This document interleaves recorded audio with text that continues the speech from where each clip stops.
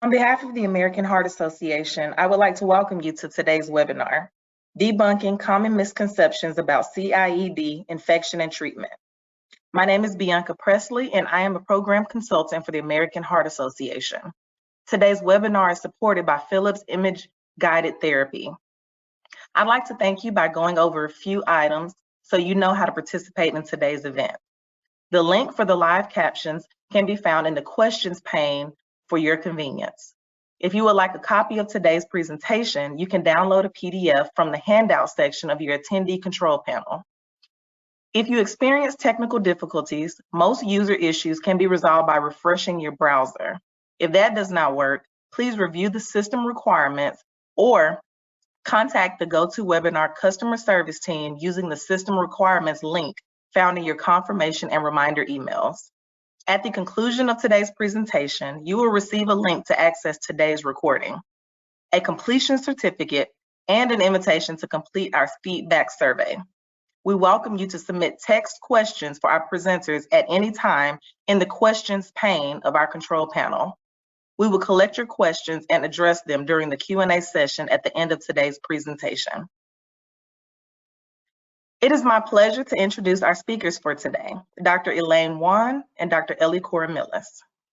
Dr. Elaine Wan is the Associate Professor of Medicine and Cardiology and Cardiac Electrophysiology at Columbia University Medical Center, College of Physicians and Surgeons, and attending physician at New York Presbyterian Hospital. She is trained in internal medicine, clinical cardiology, and is an invasive cardio electrophysiologist. She is the Director of Electrophysiology Research and oversees all electrophysiology clinical trials. She performs implantation of cardiac devices, including pacemakers and defibrillators, as well as ablations of arrhythmias. Dr. Ellie Coromillas is a second-year cardiac electrophysiology fellow at New York Presbyterian, Columbia University Irving Medical Center. She earned her medical degree from Columbia University College of Physicians and Surgeons, where she was inducted into Alpha Omega Alpha. She completed her training in internal medicine and cardiovascular disease at Columbia University, where she served as Chief Cardiovascular Fellow. She has authored numerous peer-reviewed publications and has spoken at local and national cardiology conferences. Welcome, Dr. Wan and Dr. Coromillas.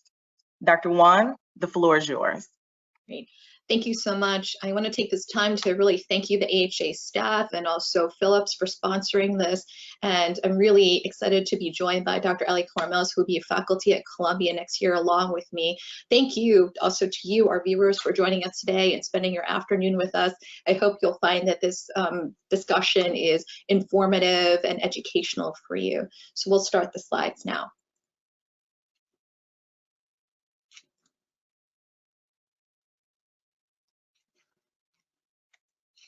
I'm having some issues starting the PowerPoint. Okay, we have no relevant disclosures except for some of my past consultation. Next slide. Okay, great. I'd like to start our talk today to talk about what is device infection. As you can see from the title of our talk, it's about CIED infection. CIED infection is cardiac implantable electronic device infection. And what we're going to talk about is what is a device infection and who is at risk. Next slide. Somehow I don't have control, so I'll let Ellie control. One of the issues about increased use of CIED devices is that, one, there's an aging population, and so there is increase in number of patients who need implantable devices such as pacemakers and defibrillators. And you can see from the chart on the right here that the implantation of these devices had dramatically increased over time. Between 1993 and 2008, CIED implants increased by 96%. And this is driven mostly by increase in ICD implants due to Scott Heff and the showing of other trials that ICDs can prevent sudden cardiac death in patients with cardiomyopathy. Next slide.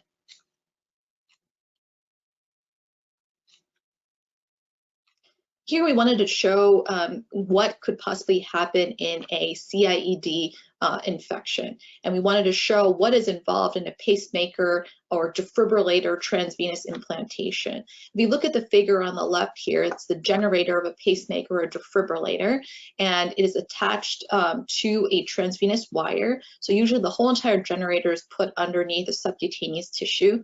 The wire is then inserted through a vein, usually the subclavian vein, and then goes in transvenously into the heart with leads that attach the right atrium, right ventricle, and also the coronary sinus if it's a resynchronization device. You can see in the picture on the right here is that the device can be perforated through the skin, and here you can see through the skin that the scar is open. You can actually see the leads, and this is basically an open device where there is an infection that likely caused the perforation, and this would require, if the patient was infected, to have the whole entire device removed. And of course, in the advent of new devices such as leadless pacemakers, perhaps more data needs to be shown whether or not, because the whole entire device is inside the heart, that there would be decrease in infection. Next slide. So the risk of CIED infections increase over time. So overall, at 15 years, there's an overall risk of 6.2% at 15 years and 11.7% risk at 25 years.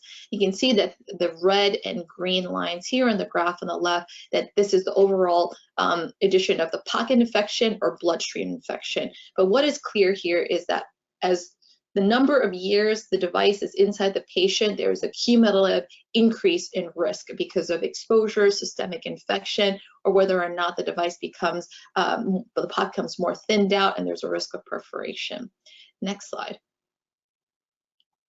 So there are different types of device infections. So the image that we showed earlier is an example of a local pocket infection where the infection is limited to the subcutaneous pocket where the device is located. And that's about 36 to 64% of device infections. And some of the symptoms may include pocket erythema, some redness or swelling, pain and tenderness, warmth, and there might be some serosanguinous drainage. And finally, in some cases, you see device exposure, just that we showed in the picture. As far as systemic infection, sometimes it cannot be seen, but in the bloodstream, when blood is taken for laboratory evaluation, you can show bacteremia. On an echocardiogram, you might see endocarditis, which is a vegetation on the lead or a heart valve, and it may involve the generator, or sometimes it doesn't involve the generator itself. And in these cases, the symptoms may include fever, chills, malaise, fatigue, anorexia or loss of weight, and sometimes it can present asymptomatically. And we thought it was important in this slide to describe symptoms that you may see and symptoms that you may not see, but you would feel. Next slide. So we're not talking about just early superficial site infection. Early superficial infection, what happens basically immediately after the device is implanted, may include erythema, or there might be a stitch abscess localized to the superficial aspect of the wound, and it may occur within the first 30 days of device implant. Usually this sort of complication that can happen resolves with a course of oral antibiotics. We're talking about more serious site infections that happen after the first 30 days of device implant. Next slide. So the risk factors of device infection really should be adjusted to each patient because each patient is different. And the infection is related as a result of the interaction between the host, the device, and the microbe that the patient may be exposed to. For example, the patient's comorbidities, such as their age, whether or not they have a history of kidney disease, whether or not they're on hemodialysis, where they might be exposed to more different bacterial flora, diabetes, heart failure, having obstructive pulmonary disease, if they had actually a fever prior to the procedure, malignancy, if they were on chronic immunosuppressive drugs such as steroids or immunomodulators, if they're on blood thinners, because blood thinners can cause a pocket hematoma that might lead to infection, if they've had prior CIED infection, or whether or not they required a temporary pacemaker or temporary wire before the permanent device was put in. The procedure may also be complicated. So for example, if there was a generator change or a lead revision or a pocket reintervention, that's a higher risk of infection. An ICD where the generator is larger than the pacemaker, whether or not there was a hematoma, which we talked earlier, whether or not there was a longer procedure duration. If it was a long time where the patient was under anesthesia and the pocket was exposed, whether or not the operator has experience, knows how to do sterile technique, a lack of prophylactic antibiotics, and whether or not the patient was exposed to highly virulent microbes like staphylococci. Next slide.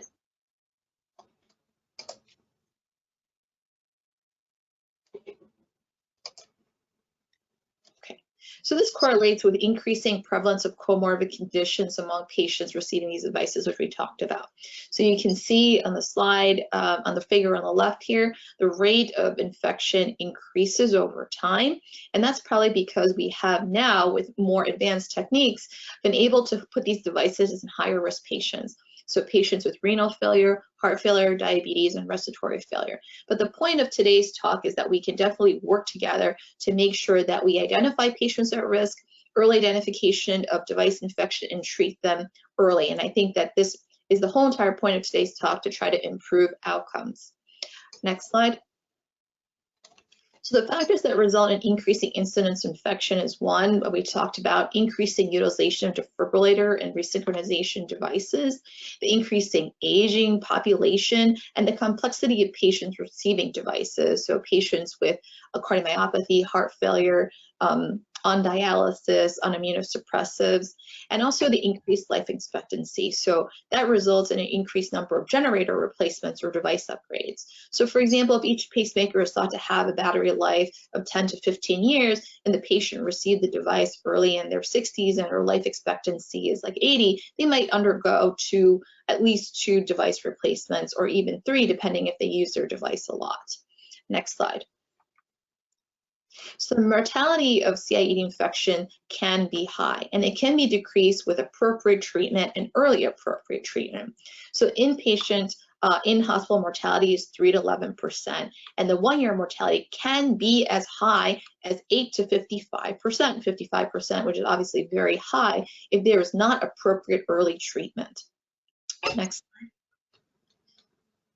slide. So Dr. Carlos will take us over the treatment of CIED infections. So now that we've gone through what the problem is and what an infection is, we'll start talking about the appropriate treatment of CIED infection and what the recommendations are.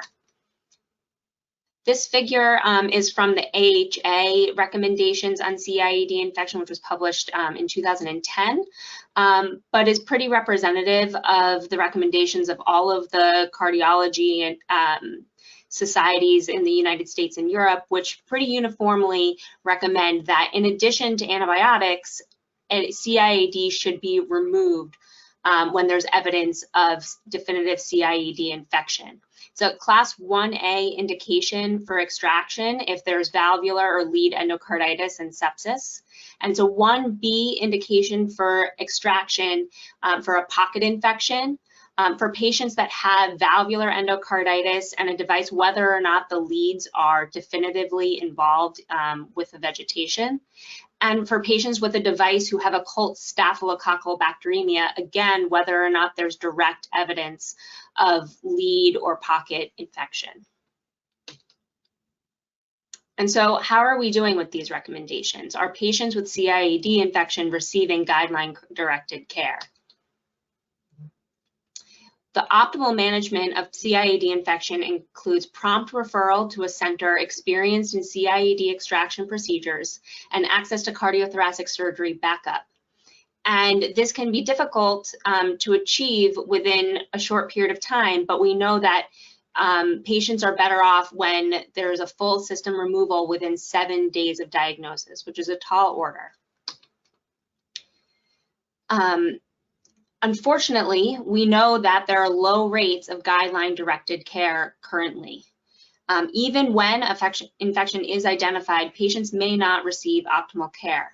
A 2017 prospective multinational cohort study showed that in 29% of cases, antibiotic therapy only was attempted, And of these patients, only 20%, 1/5, had a successful salvage of their device.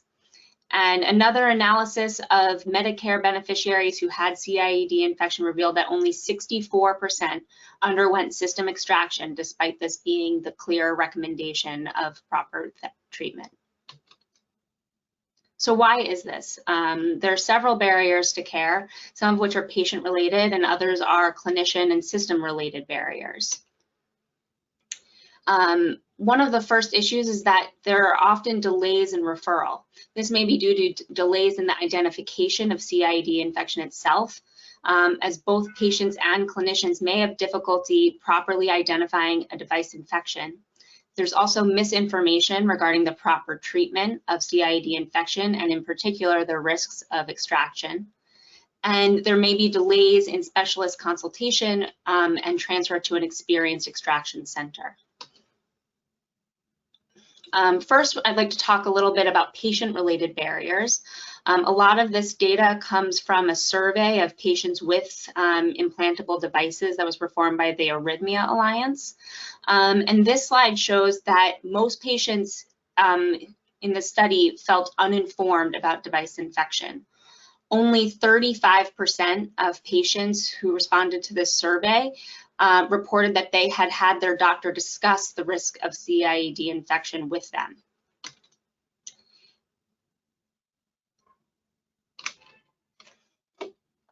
I'm just having trouble advancing. There we go. And this survey also found that patients may not be able to identify the presence of an infection. Only 40% of patients knew what a CIED infection was, and fewer than that felt that they were aware of the signs and symptoms to look out for of device infection.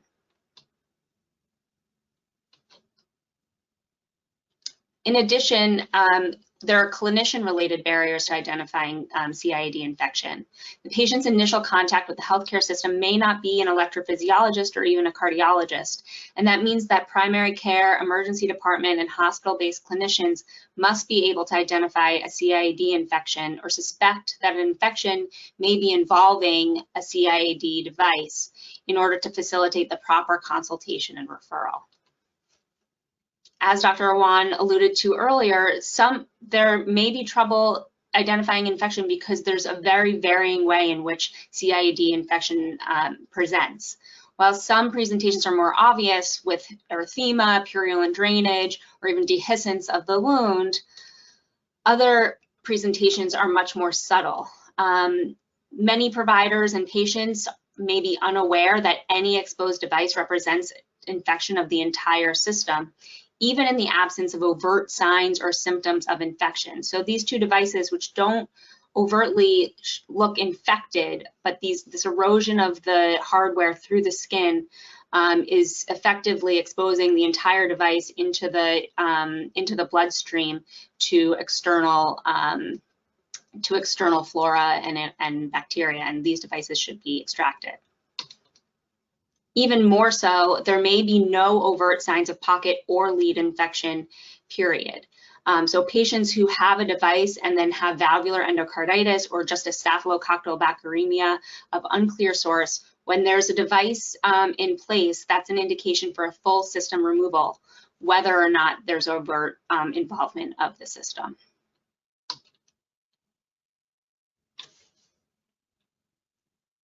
Okay, here I'd like to walk us through some misconceptions. The first misconception that most patients have is that the risk of extraction is higher than the risk of infection. So let's go in to see why aren't patients referred for extraction. There's a perception that the risk of extraction is higher than the risk of infection itself, that the risk can be significantly reduced by referral to an experienced operator should be a convincing argument to patients. Patients with CIED infection whose devices were removed were 18.3% more likely to be alive 1 year later compared to those whose devices were not removed. And let's look at the risk of actually having it removed. Primarily, the risk is related to fibrosis and adhesions between endocardial structures and the leads. And that commonly occurs at the site of the venous entry, the superior vena cava, and the electromyocardial interface. And serious complications may require emergent cardiac surgery, such as venous tears, which may lead to massive hemothorax, or cardiac perforation and tamponade. Let's look at Table 1 about the risk of major perioperative complications. Any complication is between 1.9% to 2.4%, but the actual risk of cardiac perforation is 0.3 to 0.37%. And the risk of hemothorax is 0.6% to 0.26% in high voltage lead extraction procedures. And the risk of pericardial tamponade, urgent cardiac surgery, or death, all of these are way below 1% overall. The risk is higher when the indication is infection. So obviously, if there's a prolonged infection, it leads to a sicker patient, and the long-term survival decreases, as we can see. The one-year mortality of 2 to 4% in non-infectious etiologies, but when it is due to an infectious etiology, the mortality is up to 19 to 25%.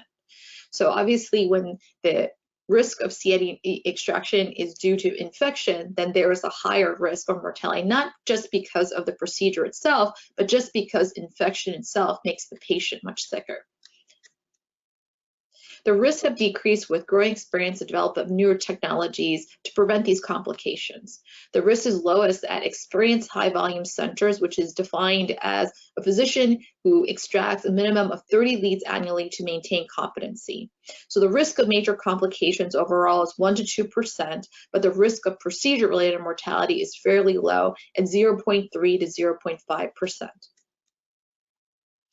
Early mortality primarily is related to sepsis and heart failure. So you can see that the early mortality over 30 days is 3%, and the procedure-related early mortality is only 0.3%.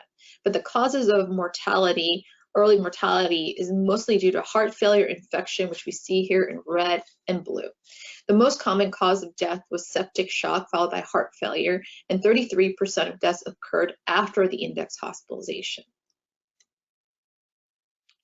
The extraction can drastically reduce risk of relapse. Infection relapse occurs in 50 to 100% of cases when only there's partial removal or only antibiotic treatment alone, compared to 0 to 4.5% of cases when the system is completely removed.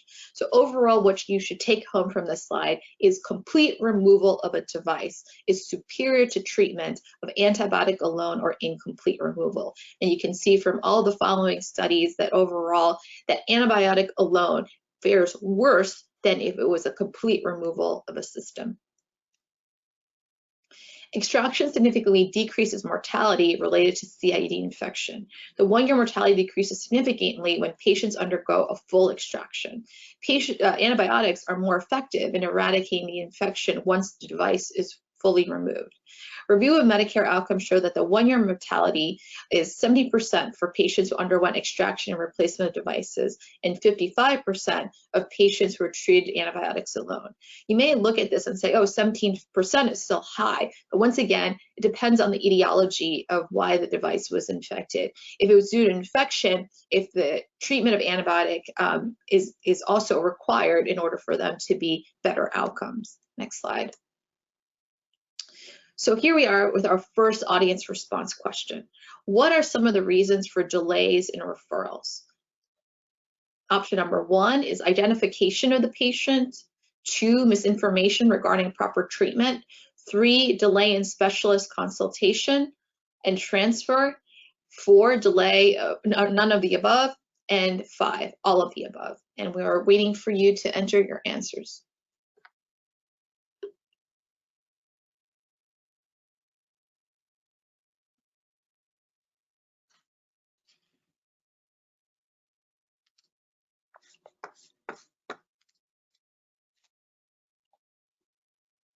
Okay, great. So majority of you got it right, which is 88%, all of the above. So once again, to summarize, delays referral are identification. So knowing what are the signs and symptoms of infection, misinformation regarding proper treatment, as Dr. Cormillis mentioned, that some providers may thought, oh, infection can just be treated by antibiotics, but they didn't realize it involved the whole entire system. Delay in specialist consultation to transfer to electrophysiologist who is experienced in lead extraction. So all of the above is the reasons for delays in referral. Next slide. Okay, I'll talk about the second misconception, which is overconfidence in antibiotics.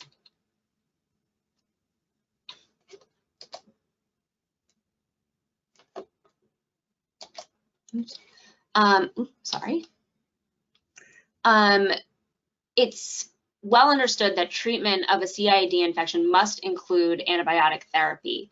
And all of the societies recommend that 2 sets of blood cultures should be obtained prior to initiation of antibiotic therapy.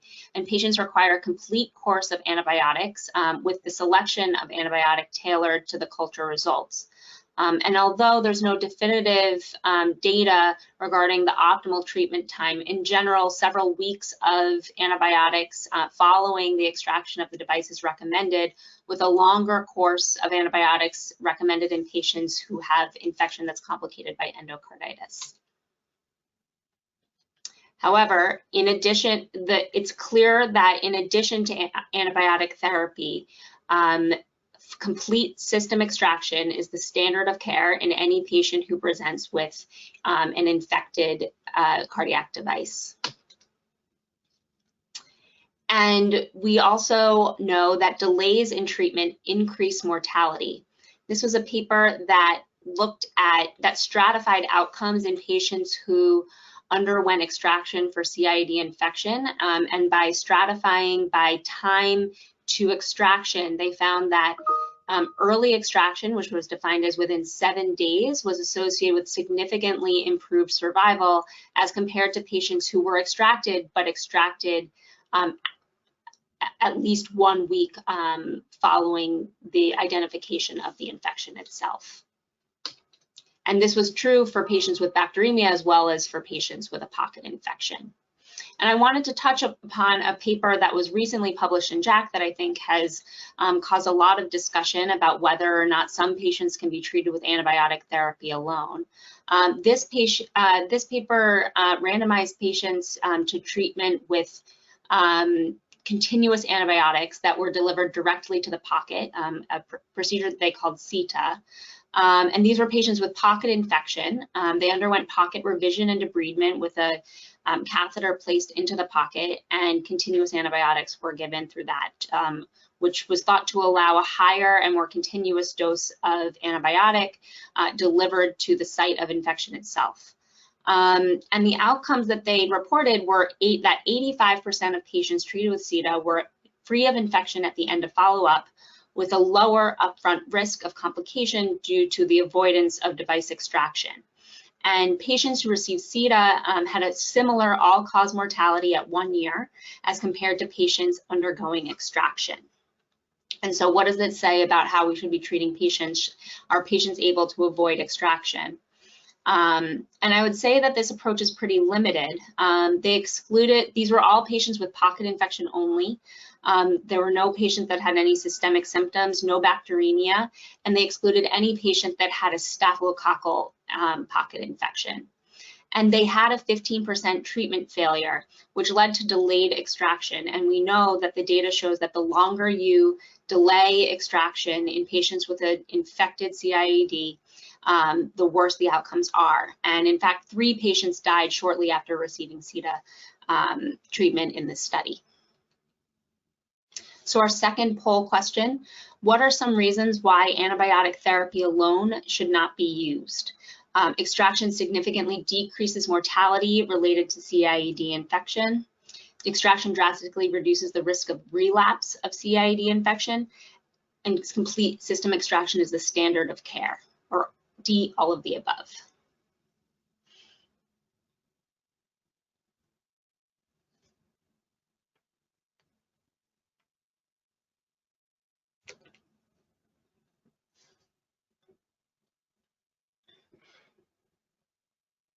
Great. All of the above. It's the standard of care because it significantly decreases mortality and reduces the risk of infection relapse. Our third misconception is my patient is too high risk for an extraction. So a lot of research has gone into trying to identify who is at highest risk when undergoing a device extraction. And multiple retrospective papers have identified risk factors that seem to portend a higher risk with an extraction procedure, with factors including female sex, older age, diabetes, renal dysfunction, and the number of leads implanted, all being associated with a higher risk. However, rather than excluding an extraction, the entire patient really needs to be considered, and the risks of extraction need to be weighed against the risks of treatment with antibiotics alone, which we know are significant with a very high rate of mortality when extraction is not pursued. And so one of the groups that I think often is not considered for extraction are patients who are elderly or older, due to the perceived risks of subjecting them to this procedure. And this is a study that was published a few years ago in PACE that stratified patients based on age, and they separated them based on whether patients were over 80 or less than 80 at the time of device extraction. The older cohort, unsurprisingly, had more comorbid conditions such as hypertension, CKD, pulmonary disease at the time of the extraction, but there was no difference in the clinical success of extraction or major complications. And in fact, the older cohort had a higher rate of radiological success, which was defined as a complete removal of the lead.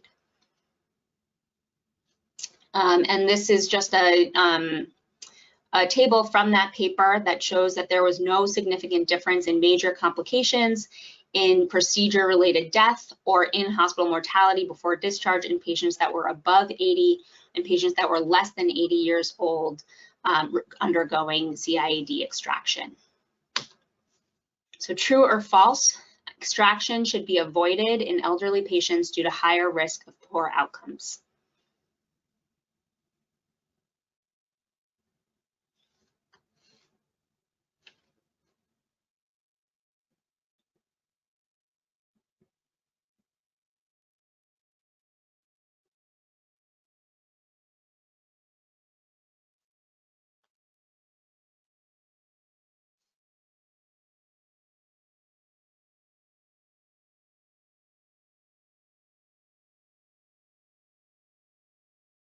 Great.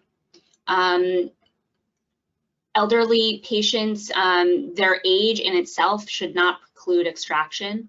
Of course, the overall risk and outcome of the patient should always be taken into account, but in general, extraction is effective and can lessen mortality in patients of all ages, including elderly patients.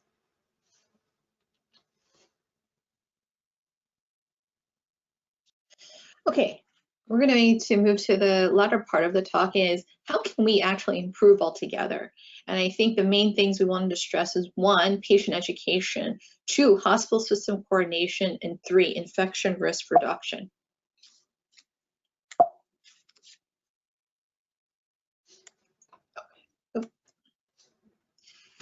Patient and caregiver education is very important, and it's important to ensure awareness amongst patients and caregivers about the risks and signs of infection. And that can be accomplished through verbal education as well as through printed resources with photos describing what infection may be, and reinforcement at multiple points of contact before implantation, at the time of implantation, after implantation, what they should be aware of and what they should look for. There should also be ongoing patient and caregiver engagement in assessing the device site and whether or not there should be a digital symptom or CIED site tracker to help communication between healthcare providers and patients about their device. It is important to have engagement with patient advocacy groups, which can also increase awareness regarding the risk and signs of CIED infection.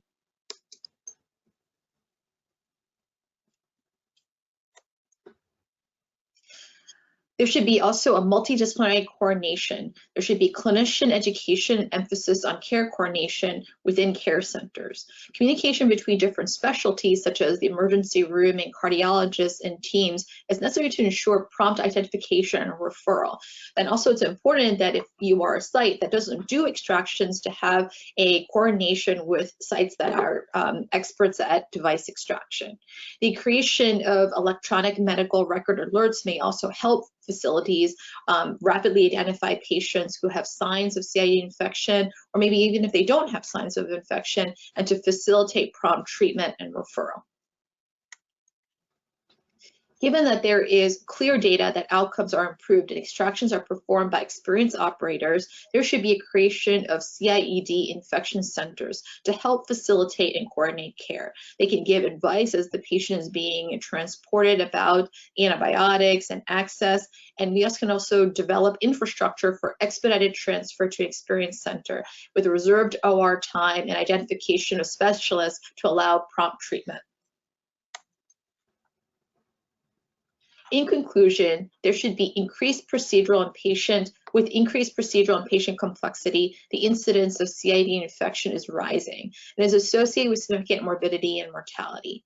There should be optimal treatment of CIED infection, which includes complete system extraction due to the high rates of relapse and increased mortality when infection is treated with only antibiotics.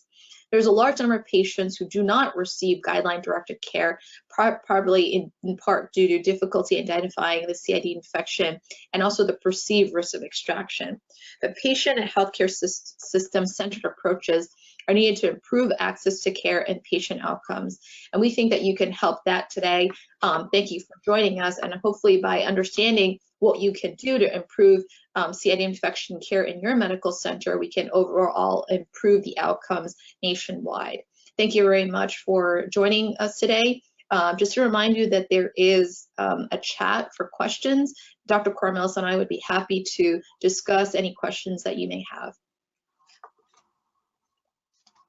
Thank you so much to our presenters for leading today's webinar.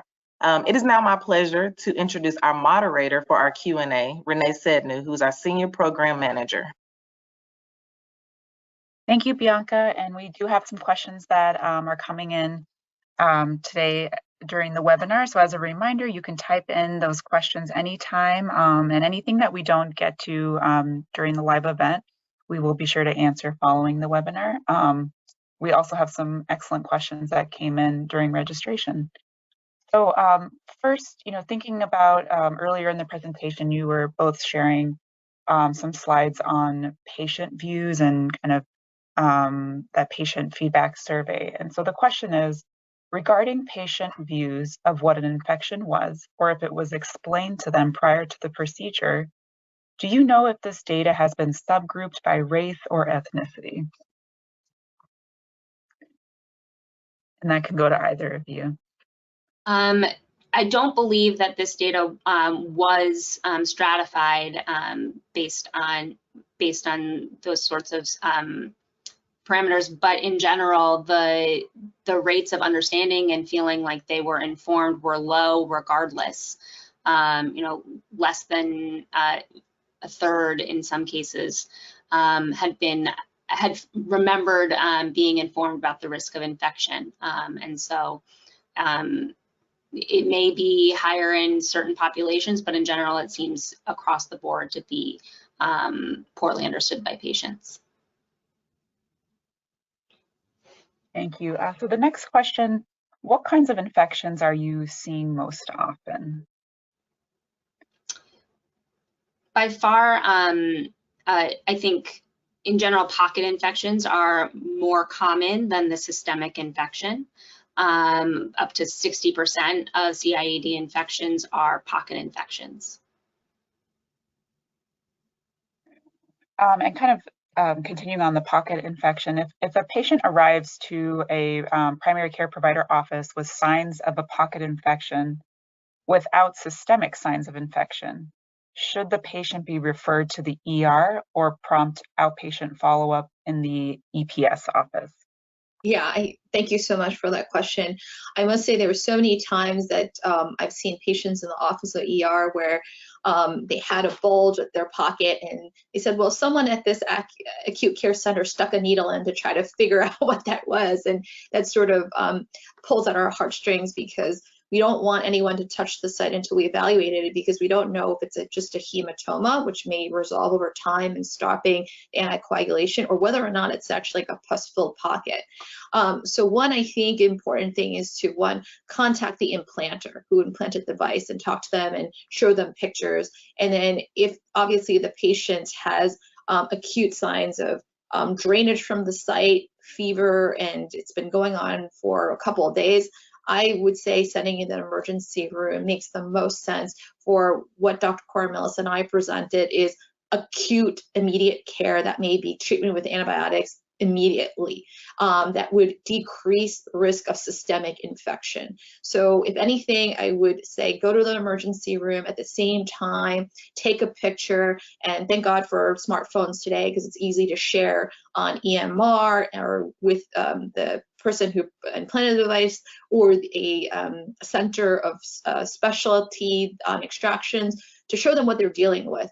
And that also allows immediate interdisciplinary care of understanding what are the next steps. Does the patient need a TE to make sure that it's not a systemic infection? Once you go to the ER, they would start the blood cultures that Dr. Cormillis mentioned, 2 sets before antibiotics are started. And that way you can have everyone on board.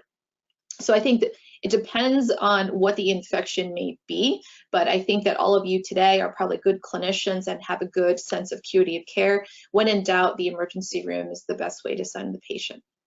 Yeah, I mean, I think that what the data shows is that the sooner a patient can get the appropriate treatment and identified, the better. Even with a pocket localized infection, extraction within 7 days is associated with improved mortality. So the sooner the patient is sort of tapped into correct care, the sooner, you know, all of the evaluation, the transfer, if necessary, to an appropriate extraction center, that all needs to happen pretty quickly. Thank you. So switching gears a little bit, this question says, are infection rates higher for sub-Q ICDs versus transvenous implants? Yeah, that's a great question. So we're dealing with 2 issues here. Sub-Q ICD, as you may know, is subcutaneous, so there's nothing transvenous. So even if the pocket becomes infected, the risk of systemic infection is low. Okay, that's the difference between subcutaneous and transvenous. But we also must discuss that the subcutaneous device, the generator, is much bigger than a traditional transvenous ICD. So because the pocket is much bigger, there is a risk of infection, and also because the generator battery life is shorter than a transvenous, the patient would undergo many more generator changes. Every time a sterile field is open where there's a risk of infection due to opening the pocket site and exposed to air or microbes, you have a higher risk of infection. So overall, the risk is lower because there's no systemic risk of infection. Okay, no transvenous lead that may lead to systemic endocarditis or systemic bloodborne infection. But the pocket, because it is bigger and over the lifetime the patient may require more generator changes, there may be higher risk there. Thank you. Some more questions coming in. Should elevated WBCs be investigated prior to insertion if they are symptom-free? And second part to this question, also, is any elevation of WBC grounds for investigation, or are there protocol recommendations for this? Yeah, thank you. That's a great question. It is the responsibility of the implanter to investigate everything before a device is put in. So for us, our standard is if there's elevated white count, we want to know, is there a hidden-itis for infection, and we usually have infectious disease workup before we put a device in to make sure that there's no occult infection that we're not aware of. And as you probably may know, WBCs which are elevated may be concomitant with other symptoms, or maybe the patient may not be aware of their symptoms, such as like night sweats or low-grade fevers that they were not aware of, or they didn't bring up that it happens so often. So I think it should definitely be investigated, because transvenous devices, the purpose is for it to be forever. And the lifelong risk of a device infection is high. So I think it should be thoroughly investigated, just to make sure that it's not infected. Finally, if a device is implanted and there's elevated WBCs, absolutely, we should do a routine investigation whether or not the lead is infected, and that will include, as what Dr. Koramillas mentioned, blood cultures and imaging, and also looking at the criteria whether or not there's something going on with the lead or the generator. Thank you, Dr. Wan. What organisms are being implicated most often, for example, staph? I think the most common organism is Streptococcus, but Staphylococcus is the most virulent and the highest risk organism that we see. Thinking about prevention, this question is asking, what prevention strategies would you recommend prior or intra-procedure? The main intraprocedural intervention that's been shown to reduce the risk of infection is preoperative antibiotics. There's also the Tyrex envelopes that have been shown to reduce infection in select high-risk patients. Those are mostly patients who are undergoing a generator change, an ICD implant, specific device and procedure-related things that increase the risk of infection. But those are the two main things that have been shown to independently improve the risk of infection. Other things like post-op antibiotics, antibiotic washes in the PADET trial were not shown to have a significant impact in preventing infection.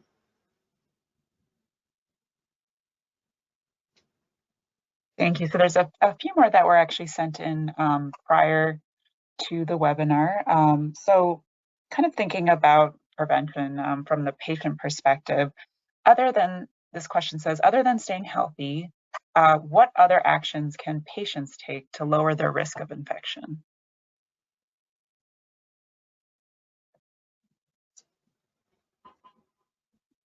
I'm happy to start. I think that's a great question. One is, I'm so glad that patients want to be involved and engaged in their healthcare for prevention. I think that less exposure to possibilities of systemic infection. So a good example is, I think it'd be important to talk to your implanter if you have, for example, are on immunosuppressants where you might be at risk for infection. For example, if you undergo a dental procedure, you might be required to take systemic antibiotics to prevent infection of your device from any bloodstream infection. So I think it depends on the case where they might say you should take antibiotics preventatively.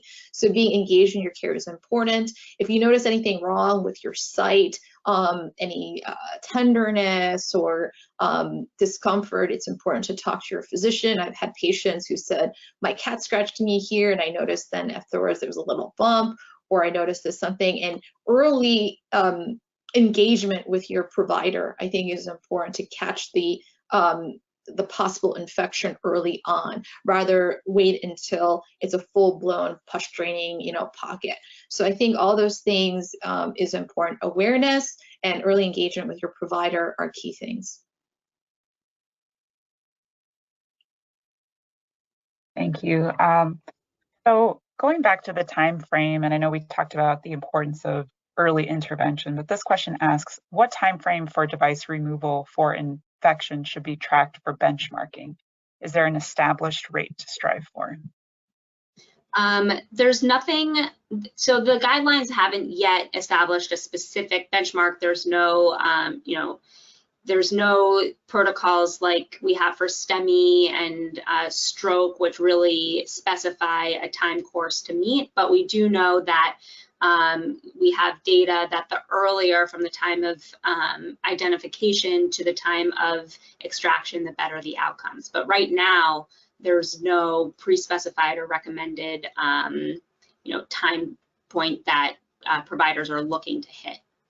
Well, I want to mention that obviously over 7 days, your risk is very, very high. So we want to minimize as much as possible. And I think that's the purpose of this initiative, is to organize the interdisciplinary care and identify the centers of excellence for extraction.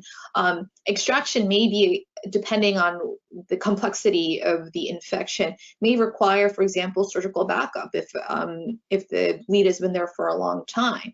So all of that organization of general anesthesia, the extraction specialist, the CT surgeon is maybe a complex issue, but what we're trying to highlight here is to start the discussion within your medical centers as to how to activate this team of specialists to be on the ready for if a patient is infected, what we should do. So the answer would be the earlier, the better. It's hard to have national benchmarks because of difficulty of the number of centers of excellence that do this lead extraction and moving patients maybe in rural areas to the centers of excellence. But I think the take-home message is the earlier the better, to take the whole entire system out as possible. Less than 7 days would be ideal. Thank you. So it looks like we have time for 2 more questions, and then we will wrap up. So the question is, do you have recommendations on pocket site irrigation? It seems to vary by implanter if they irrigate with plain saline versus an antibiotic combination. Some will also suction the pocket before closure. And then second part of the question, is there evidence that any of these methods are more effective than the other, or is it physician preference? Yeah, so far it's physician preference. I don't know of any randomized trial to compare those different methods to. I think the clear thing is that you want to aerate and irrigate. So irrigate to make sure there's a lot of oxidation to clear out any sort of microbes that might be there. And I think that's true of all general surgery, any implantation of anything. But I don't think the antibiotic, rinse versus not, I don't think that's really been shown to be helpful. Dr. Coromillas mentioned the antibiotic pouch. Of course, there's other pouches out there which are not antibiotic, which is a different material for healing. That's a different topic I don't want to talk about because they haven't been compared head to head. But overall, do the irrigation. I don't think that there's clear enough data to show that there's a difference between antibiotic infused irrigation versus not. But I think copious amount of irrigation is recommended. So lastly, we have a really diverse group of healthcare professionals in the audience today, both non-physicians and physicians, quality improvement specialists, many nurses, administrators. What action item would both of you like to leave with the audience? And Dr. Wan, I know you alluded to this a bit in one of your answers about establishing a multidisciplinary team at your institution, but I'll turn it to whoever would like to go first on leaving final messages to leave with our audience. Well, I want to thank you all of the nurses, administrators, managers who are on this call, because we need all these different specialists and providers to be working together. So the fact that you're on this call is a step forward for us. It starts, with the implanter. I tell all my fellows, which Dr. Coromillas knows, is to identify the patient and look at their risk of having a device in their pocket.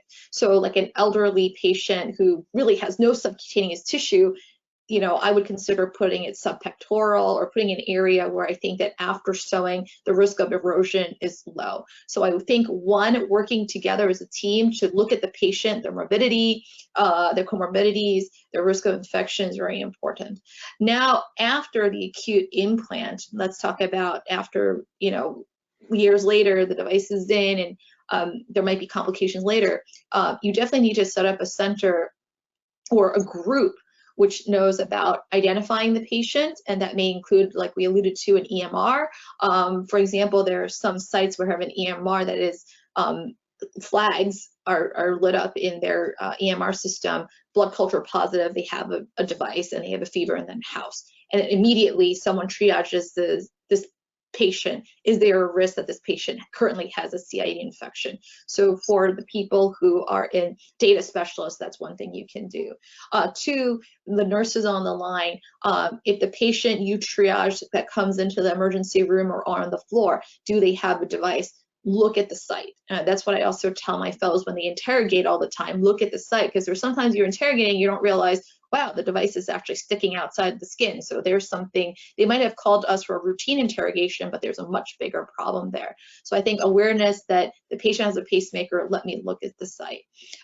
Three is that once the patient has complaints about problems, to associate it with their device. So example, if a patient says, look, I've got fevers and chills for a while, but my pocket looks okay, could, in the back of your mind, to think, could this be a CIED infection? So I think those things are important. And then finally, for the hospital administrators to generate a team, and I think that's what we wanted to talk about in this, is that who do you need in a team? Well, you need a lead extraction specialist who has done a proficient number and is a special in this. It requires probably an imager who can do the imaging to confirm that whether or not there's endocarditis or a lead involvement, and then general anesthesiologist and a CT surgeon, and also probably an infectious disease doctor to make sure that you have early appropriate antibiotics for the bacteria that might be involved in the infection. So it's definitely a multidisciplinary approach, and also it requires hospital administrators, for example, rapid transfer of the patient from a site that is not a center of excellence to one that is. So I think all those things are key things, and I'll let Dr. Cormillis finish what she thinks is also important. Yeah, I agree with everything that Dr. Wan said. I think the point is, depending on which aspect of patient care you're involved in, whether you're a nurse that's involved in the device clinic, making sure that, especially now that a lot of device interrogations can happen remotely, that there's still someone checking, or the patient is checking and keeping an eye on what the device pocket looks like. If you're a hospital-based caregiver, understanding how to quickly identify these patients when they present, and make sure that the appropriate consultations are made. And as Dr. Wan said, there are a lot of EMR interventions and things like that that really can be useful in improving outcomes and the speed at which these patients get identified and appropriately treated. And then if you're not a center of excellence, knowing where near you those centers are, so that those relationships are already formed for when they're needed. Thank you, Dr. Wan and Dr. Cormillis, for leading today's webinar. This webinar is a part of the AHA Cardiovascular Electronic Device Infection Initiative. We recently released a podcast on shared decision-making between patients and healthcare professionals. You can find the podcast as well as the recording of past webinars on the initiative webpage, heart.org/treat-to-beat-CIED infection. That is heart.org/treat-to-beat-CIED infection. Again, we thank you for your participation in today's event. After today's webinar, you will receive a follow-up email with a survey on the presentation, and we would appreciate it if you would complete that and provide your feedback. In that email, you will also receive a link to view a recording of today's presentation and a certificate of completion. On behalf of the American Heart Association, thank you for joining us and have a great day. This concludes today's presentation.